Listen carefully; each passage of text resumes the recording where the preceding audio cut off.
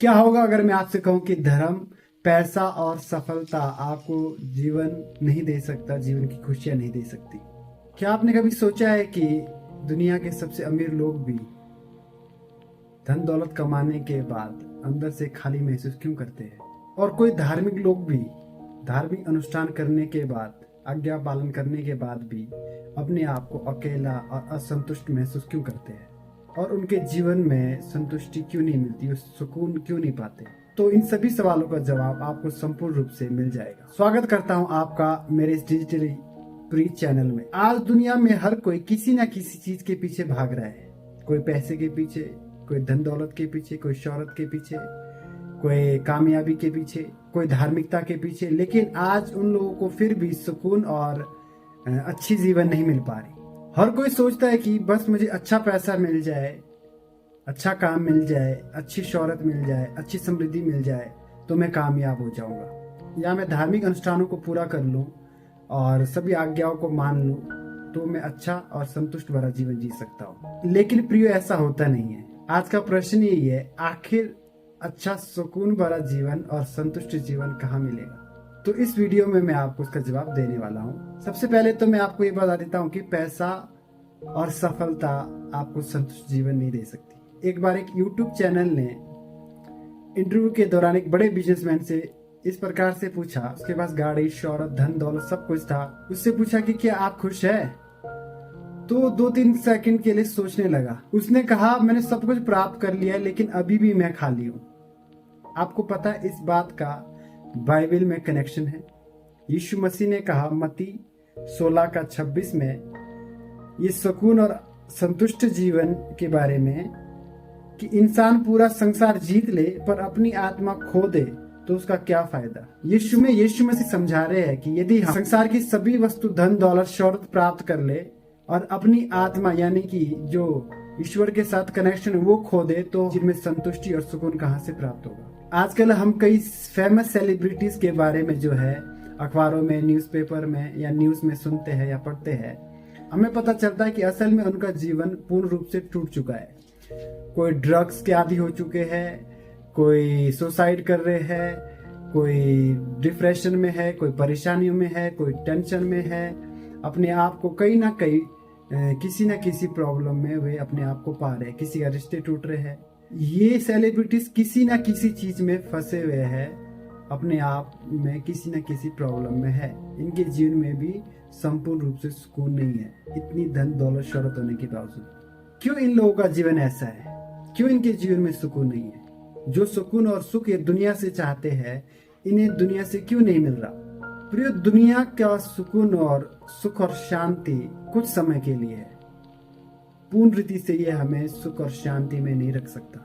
Second बात मैं आपको बताना चाहता हूँ, धर्म भी हमें सुख और शांति नहीं दे सकती। प्रिय, धार्मिकता के काम हम जितने भी कर ले, हम कई लंबी प्रार्थनाएं कर ले, कई सभाओं में चले जाए, कई मीटिंग्स में चले जाए, कई प्रार्थना या कई विषयों को अटेंड कर ले, लेकिन हमें वहां सुकून नहीं मिलेगा। प्रिय, एक आदमी जो हर दिन चर्च और मंदिर जाया करता था और बहुत दान दक्षिण दिया करता था, उसने मुझसे आकर पूछा कि मैं सब कुछ करता हूँ लेकिन मेरे जीवन में अभी भी खालीपन है, अभी भी मैं जो है असंतुष्ट भरा जीवन जो है महसूस करता हूँ। आपको पता है, धार्मिकता का मतलब केवल अनुष्ठान ही नहीं होता। भगवान यानी कि ईश्वर हमसे धार्मिकता ही नहीं चाहते, वे हमसे एक अटूट संबंध चाहते हैं। हमारा जीवित रिश्ता उसके साथ कनेक्शन हुआ वो चाहते हैं ईश्वर। इसके बारे में बाइबल क्या कहती है? लोग अपनी धार्मिकता से क्या करते हैं? अपने अच्छे कर्मों से मुझे पाने की कोशिश करते हैं। जब हम बाइबल में और भी वचन पढ़ते तो लिखा है कि उनके धार्मिकता के काम मैले चित्रों के समान है। तो प्रियो, हमारे जितने भी धार्मिकता के काम है जो हम कर रहे हैं, ईश्वर के सामने वो मैले चित्र है, ईश्वर के लिए वो योग्य नहीं है। तो धार्मिकता के काम भी हमें संतुष्टि और सुखी जीवन इस पृथ्वी पर नहीं दे सकती। तो ये सुखी जीवन और खुशी भरा जीवन जो है हमारे अंदर से कैसे खो गया? कैसे हम जो है इन बातों से दूर हो गए? जब हम बाइबल में पढ़ते हैं रोमियो 3:23, तो बाइबल में इस प्रकार से लिखा है कि सबने पाप किया है और परमेश्वर की महिमा से रहित है। पाप ही एक ऐसा कारण है जिसने हमें ईश्वर से, सच्चे ईश्वर से हमें अलग कर दिया। परमेश्वर से हमें दूर कर दिया। हमारे पापों ने हमारे गुस्सा, क्रोध, ईर्ष्या, जलन, वैर भाव, इन सभी चीजों ने जो है सच्चे ईश्वर से आपको और मुझे अलग कर दिया है। जैसे कि यशायाह 59:2 में भी लिखा है कि तुम्हारे पाप ने तुम्हें परमेश्वर से अलग कर दिया है। प्रियो, हमारा कनेक्शन टूट चुका है। परमेश्वर से हमारा कनेक्शन अलग हो चुका है। हम अलग हो चुके हैं सच्चे ईश्वर को से, हम अलग हो चुके हैं हमारे पाप के कारण, हमारी गलतियों के कारण, हमारे नासमझ के कारण, हमारे उल्टे चाल चलन के कारण। हम जो एक अंधकार में जीवन में चले गए, जिससे हमारी सुख और खुशी और संतुष्ट जीवन जो है हमसे दूर हो गया, हमसे अलग हो गया। ये फोन है, ठीक है, ये फोन है, और ये फोन जो है मैंने नया खरीदा है।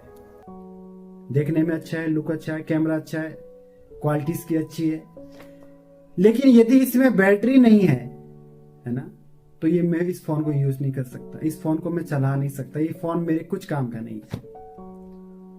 वैसे ही हमारा जीवन भी, हम धार्मिक अनुष्ठान कर रहे हैं, धार्मिकता करते हैं, हम अच्छे रिच है, हमारे पास अच्छा क्वालिफिकेशन, एजुकेशन है, सब चीज हम में है, लेकिन यदि हमारा संबंध उस ईश्वर के साथ कनेक्ट नहीं है, तो हम भी इस मोबाइल की तरह यूजलेस और खाली और बेकार है।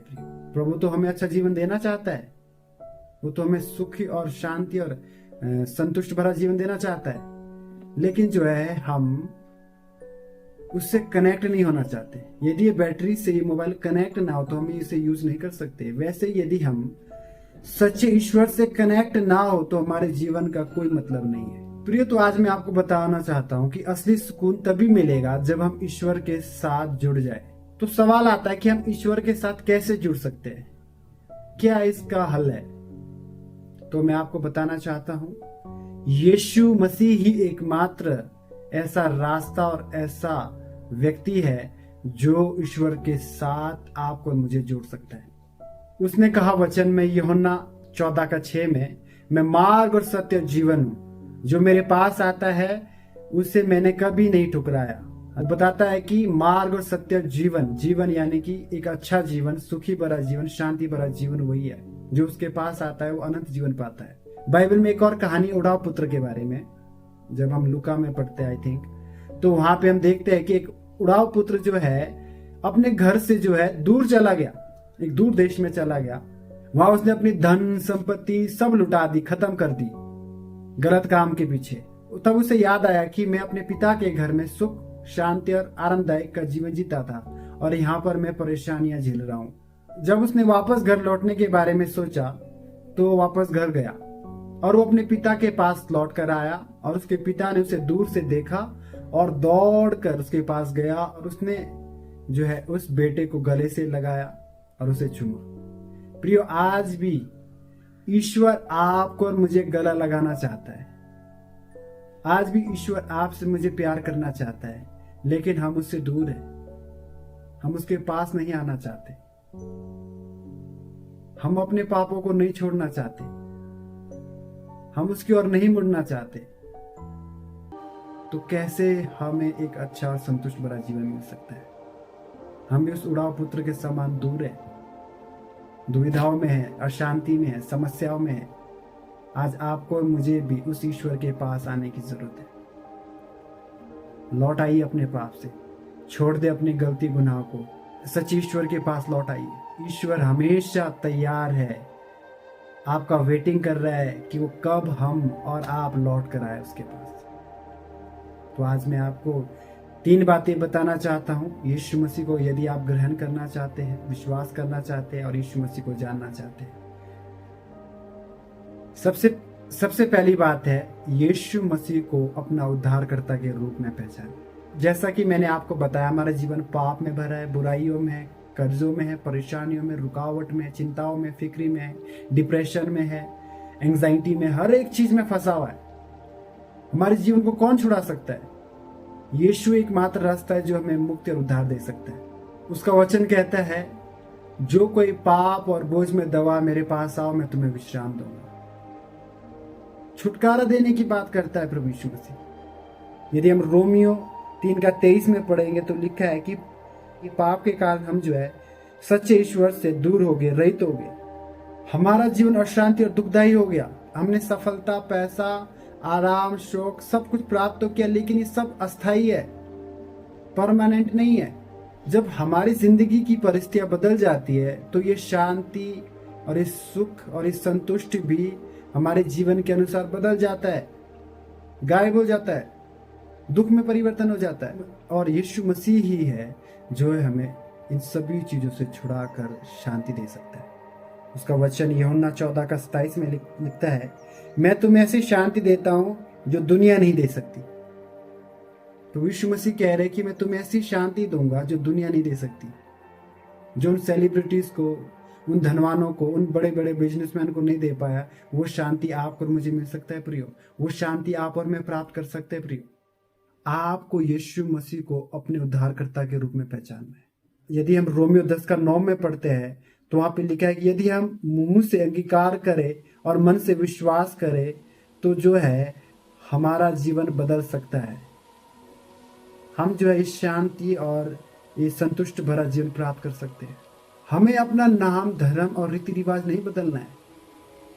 ये बदलने के बारे में नहीं कह रहा हूं मैं आपसे बस इतना कह रहा हूं कि आप अपने मुंह से यीशु मसीह को अपना प्रभु और उद्धारकर्ता करके मान लो और मन से विश्वास करो कि वही आपका प्रभु है, और अपने पापों को मान लो, तो वो जो है आपको एक शांति भरा और सुखदायी जीवन दे सकता है।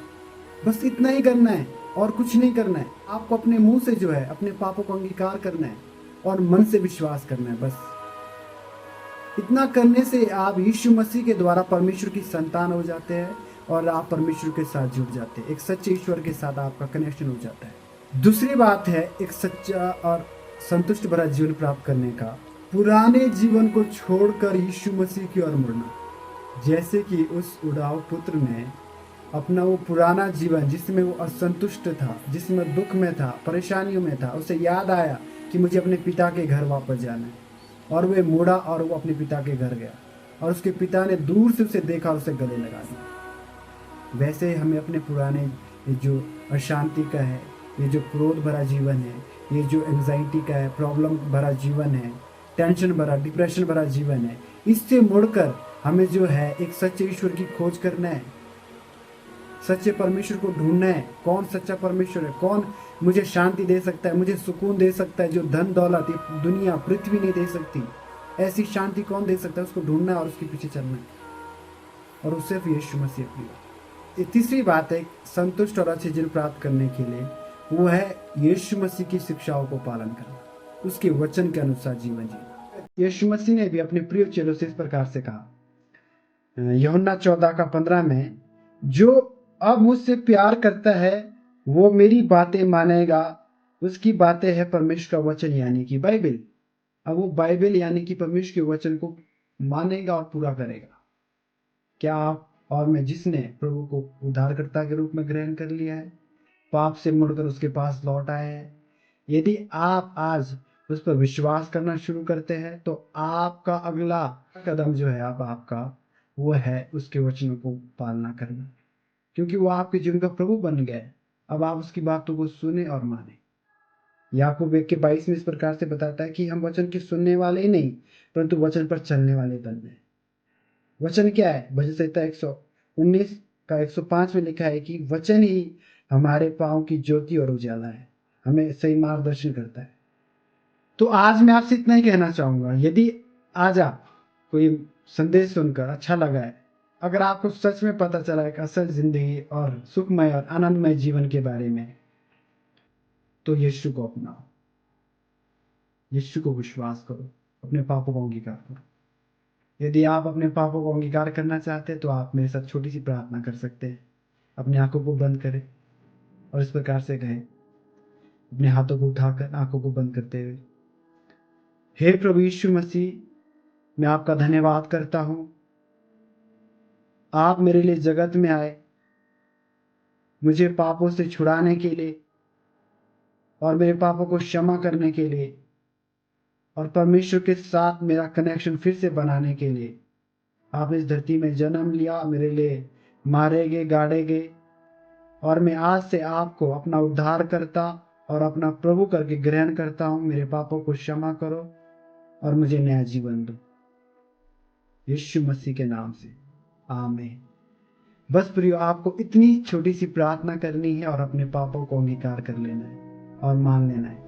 आपके पाप क्षमा हो जाएंगे और आपको एक नया जीवन प्राप्त हो जाएगा। बाकी कुछ नहीं करना है, ना ही धर्म बदलना है, ना रीति रिवाज बदलना है, ना नाम बदलना है, ना जगह बदलना है, कुछ भी नहीं बदलना है। बदलना है तो अपना जीवन, बदलना है तो अपनी सोच, बदलना है तो अपना नेचर, मुड़ना है तो सिर्फ ईश्वर की ओर, धार्मिक अनुष्ठान की ओर नहीं मुड़ना है। धार्मिक अनुष्ठान हमें एक अच्छा जीवन नहीं दे सकते, मैंने आपको पहले भी बताया। यदि आपको इस संदेश अच्छा लगा है, इस मैसेज को ऐसे इंसान से शेयर करें जो सच में सुकून भरा जीवन ढूंढ रहा है।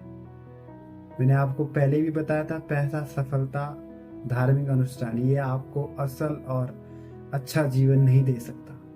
दे सकता है तो सिर्फ और सिर्फ केवल यीशु मसीह ही, जो आपके अंदर सुकून भरा जीवन दे सकता है। धन्यवाद।